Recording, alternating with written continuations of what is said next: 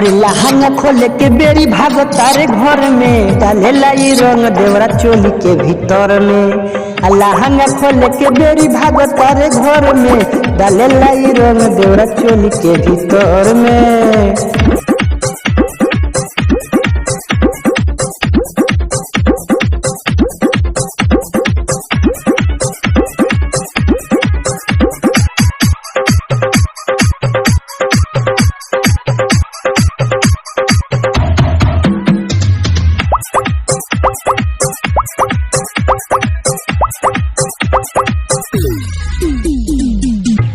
अब भौजी होली खेले के बानी हम तैयार पिचकारी लेके। अब भौजी होली खेले के बानी हम तैयार पिचकारी लेके। किसो लूटब खूब लहर हो, एकरा से निमन नहीं बाहर हो।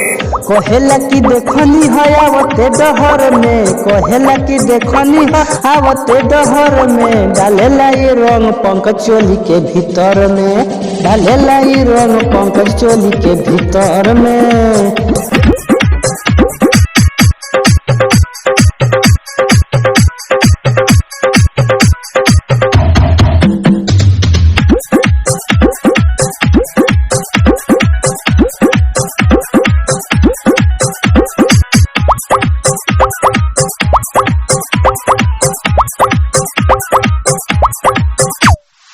बात तनी बुझ चिंटू नीतीश हो, ना तो कहे पंकज प्रकाश हो।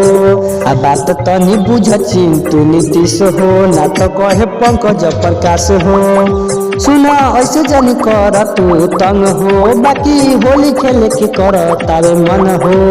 लागतारू मस्त भौजी हीरे उमर में, लागतारू मस्त भौजी हीरे उमर में। डाले लाई रंग देवरा चोली के भीतर में।